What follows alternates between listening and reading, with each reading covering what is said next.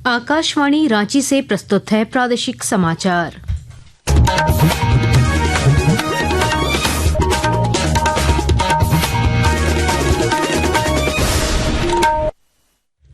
नमस्कार, प्रादेशिक समाचारों के साथ मैं कामिनी। पहले मुख्य समाचार। राज्यपाल संतोष कुमार गंगवार ने बोकारो में प्रतिभावान छात्रों को किया सम्मानित। कहा, स्वर्गीय विनोद बिहारी महतो के जीवन से मिलता है ईमानदारी और परिश्रम का संदेश। केंद्रीय मंत्री अन्नपूर्णा देवी ने गिरिडीह में दिशा की बैठक के दौरान विकास कार्यों की गुणवत्ता पर जताई नाराजगी। कहा, जल जीवन मिशन पूरी तरह विफल, दोषियों पर हो सख्त कार्रवाई। चतरा में बोकारो प्रक्षेत्र के आईजी ने कानून व्यवस्था की समीक्षा की। अवैध मादक पदार्थ की खेती पर जीरो टॉलरेंस नीति और ऑपरेशन को तेज करने के दिए निर्देश।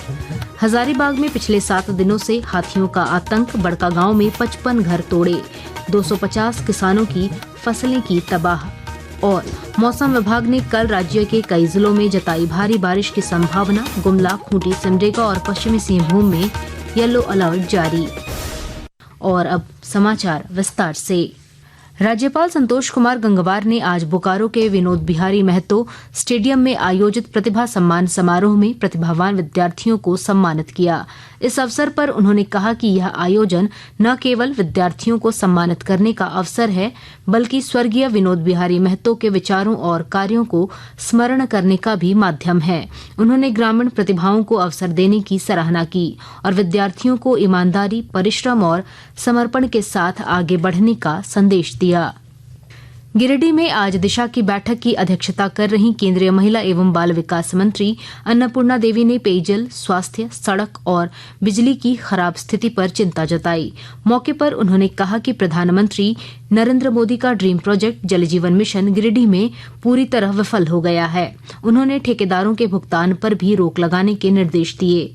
मौके पर मंत्री ने जिला प्रशासन से दोषियों पर कार्रवाई कर रिपोर्ट सौंपने का निर्देश दिया है। पेयजल की समस्या तो लगातार उठाते रहे हैं। जांच के क्रम में गड़बड़ी पाई भी गई है। जो भी जांच के फाइंडिंग्स है, एक तो उसकी जानकारी दें, दूसरा अगर छोटे छोटे मरम्मत की आवश्यकता है तो आप उसको कराएं और जो संवेदक का जो सिक्योरिटी मनी है उसको जब्त करते हुए उस पर काम करें। वहीं राज्यसभा सांसद सरफराज अहमद ने भी बैठक में अधिकारियों को टीम बनाकर प्रभावी कार्रवाई के निर्देश दिए। बोकारो प्रक्षेत्र के आईजी क्रांति कुमार गणदेसी ने चतरा में विधि व्यवस्था और अन्य मामलों को लेकर समीक्षा बैठक की। उन्होंने मादक पदार्थों की अवैध खेती के खिलाफ जीरो टॉलरेंस नीति अपनाने और ऑपरेशन को तेज करने के निर्देश दिए। आईजी ने बताया कि चतरा पुलिस मादक पदार्थों के कारोबार में शामिल लोगों की पहचान कर कार्रवाई कर रही है। दिशा निर्देश यह है ऑपरेशन के ऊपर जोर देने के लिए, और आप इनके प्रति और भी संवेदनशील होना चाहिए। एकदम जीरो टॉलरेंस पॉलिसी है। किसी भी हालत में यहाँ पे आप इनका खेती या आप इनका जो ग्राउंड फ्लोर का जो प्रोडक्शन अभी हाल तरह में जो रिकॉर्ड हुआ था, हम उम्मीद करते हैं कि अगले साल से और कम हो जाएगा। रांची में आजसू छात्र संघ की ओर से आयोजित मिलन समारोह में कई लोगों ने पार्टी की सदस्यता ग्रहण की। आजसू के केंद्रीय प्रवक्ता प्रवीण प्रभाकर ने उनका स्वागत किया और कहा कि चुनावी माहौल न होने के बावजूद लोग पार्टी की नीतियों से प्रभावित होकर जुड़ रहे हैं। चुनाव खत्म हुए अभी 6 महीने हुए हैं, लेकिन लगातार खूंटी में लोगों ने ज्वाइन किया। उसके एक दिन पहले धनबाद में मिलन समारोह हुआ, रामगढ़ में हुआ। तमाम जगहों पर छात्र नौजवान आजसू के साथ लगातार और तेजी से जुड़ रहे हैं। आजसू छात्र संघ के प्रदेश अध्यक्ष ओम वर्मा ने कहा कि रांची समेत झारखंड के अन्य जिलों में भी नए सदस्य लगातार पार्टी से जुड़ रहे हैं। भारतीय कम्युनिस्ट पार्टी और संयुक्त किसान मोर्चा ने केंद्र सरकार की नीतियों के खिलाफ कल भारत बंद का आह्वान किया है। रांची स्थित सीपीआई कार्यालय में आयोजित प्रेस वार्ता में पार्टी के राज्य सचिव महेंद्र पाठक ने बताया कि मजदूर, किसान और जन विरोधी नीतियों के विरोध में देश भर के सरकारी कर्मचारी कल हड़ताल पर रहेंगे। इस बंद को सीपीआईएम, झामुमो, राजद और कांग्रेस समेत विभिन्न राजनीतिक संगठनों का समर्थन मिला है। आकाशवाणी के ताज़ा तरीन समाचारों के लिए आप हमारी वेबसाइट newsonair.gov.in पर लॉग ऑन कर सकते हैं। ताज़ा समाचार X handle @AIR news alerts और Facebook page All India Radio news पर भी उपलब्ध है। आप प्रादेशिक समाचार एकांश के X handle @AIR news_ Ranchi और Facebook page Akashvani news Ranchi, Instagram page तथा YouTube channel AIR news Ranchi पर भी हमारे बुलेटिन सुन सकते हैं। प्रादेशिक समाचार आप आकाशवाणी रांची से सुन रहे हैं। हजारीबाग के बड़कागांव प्रखंड में पिछले 7 दिनों से 35 हाथियों का झुंड लगातार आतंक मचा रहा है, जिससे ग्रामीणों में दहशत का माहौल है। अब तक हाथियों ने ग्रामीणों के लगभग 55 घरों को तोड़ दिया है और 250 से अधिक किसानों की फसलों को बर्बाद कर लाखों रुपए का नुकसान पहुंचाया है। पश्चिमी वन प्रमंडल के ACF AK परमार ने कहा कि वन विभाग की टीम स्थिति पर नजर रखे हुए है और हाथियों को सुरक्षित तरीके से जंगल की ओर भेजने के प्रयास किए जा रहे हैं। अभी तो बड़कागांव में लगभग 35-36 हाथी है और हमारा QRT और स्टाफ वन विभाग के फ्रंटलाइन स्टाफ जहां जरूरत पड़ती है अधिकारी भी उसमें जाते हैं। मेरा ग्रामीणों से अनुरोध है कि हाथी जब आए तो अपने आप को सुरक्षित रखें, उन्हें चिढ़ाएं नहीं और उसके उपाय जो भी है मिर्चा जला करके, ढोल पीट करके अपने आप को सुरक्षित रखें। धनबाद डाक विभाग ने फर्जी सर्टिफिकेट के आधार पर नौकरी करने वाले 3 कर्मचारियों को बर्खास्त कर दिया है। वर्ष 2024 की बहाली प्रक्रिया में शामिल इन तीनों ने बिहार संस्कृत बोर्ड का फर्जी सर्टिफिकेट जमा कराया था। जांच में फर्जीवाड़ा सामने आने के बाद बंकू पासवान, नागेंद्र कुमार और टीपू कुमार की सेवा समाप्त कर दी गई है। वरिष्ठ डाक अधीक्षक उत्तम सिंह ने बताया कि इनके खिलाफ FIR दर्ज कराने का भी निर्देश दिया गया है। 3 कैंडिडेट का फर्जी सर्टिफिकेट हम लोगों को प्राप्त हुआ है, जिनको कि अभी बर्खास्त कर दिया गया। एक कैंडिडेट है बंकू पासवान, दूसरे कैंडिडेट थे नागेंद्र कुमार और तीसरे कैंडिडेट टीपू कुमार। तो जैसा कि नियम है हमारा SOP कहता है कि टर्मिनेशन लेटर और साथ में हम लोग का जो FIR वगैरह इनके अगेंस्ट में करना है, तो हम लोग संबंधित जो डाक निरीक्षक हैं उन्हें FIR भी करने के लिए हम लोगों ने लिखा है।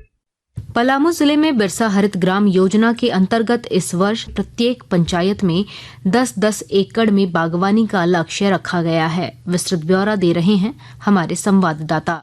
बिरसा हरित ग्राम योजना से पलामू जिले में वित्तीय वर्ष 2025-26 में 265 पंचायतों में प्रत्येक पंचायत में 10-10 एकड़ में बागवानी का लक्ष्य है। 2650 एकड़ लक्ष्य के विरुद्ध 2572 हेक्टेयर भूमि का चयन कर लिया गया है। इसमें से 2403 हेक्टेयर में बागवानी को स्वीकृति प्रदान दी गई है। इसमें से 1844 हेक्टेयर में बागवानी का कार्य प्रारंभ भी हो चुका है। बिरसा हरित ग्राम योजना सरकार की महत्वाकांक्षी योजना है, जिसमें किसानों के जमीन पर फलदार के साथ इमारती पौधा लगाया जाता है।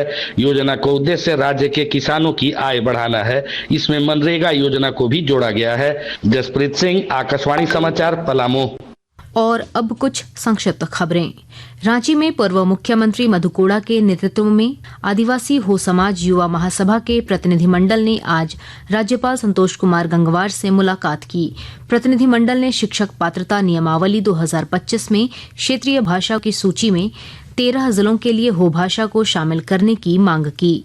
धनबाद में कांग्रेस के संगठन सृजन अभियान के तहत पूर्व पार्षद गणपत महतो अपने समर्थकों के साथ पार्टी में शामिल हुए। कांग्रेस के प्रदेश कार्यकारिणी अध्यक्ष जलेश्वर महतो ने सभी को पार्टी की सदस्यता दिलाई और संगठन को गांव तक मजबूत करने की बात कही। लोहरदगा के अरकोसा स्थित पत्थर खदान में संजय भगत की हत्या मामले का खुलासा पुलिस ने 24 घंटे के भीतर कर दिया है।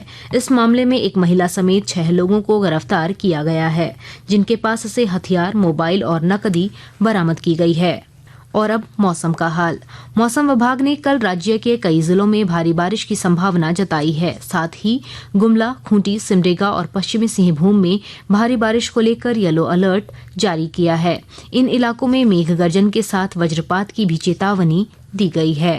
अंत में मुख्य समाचार एक बार फिर। राज्यपाल संतोष कुमार गंगवार ने बोकारो में प्रतिभावान छात्रों को किया सम्मानित। कहा, स्वर्गीय विनोद बिहारी महतो के जीवन से मिलता है ईमानदारी और परिश्रम का संदेश। केंद्रीय मंत्री अन्नपूर्णा देवी ने गिरिडीह में दिशा की बैठक के दौरान विकास कार्यों की गुणवत्ता पर जताई नाराजगी। कहा जल जीवन मिशन पूरी तरह विफल, दोषियों पर हो सख्त कार्रवाई। चतरा में बोकारो प्रक्षेत्र के आईजी ने कानून व्यवस्था की समीक्षा की। अवैध मादक पदार्थ की खेती पर जीरो टॉलरेंस नीति और ऑपरेशन को तेज करने के दिए निर्देश।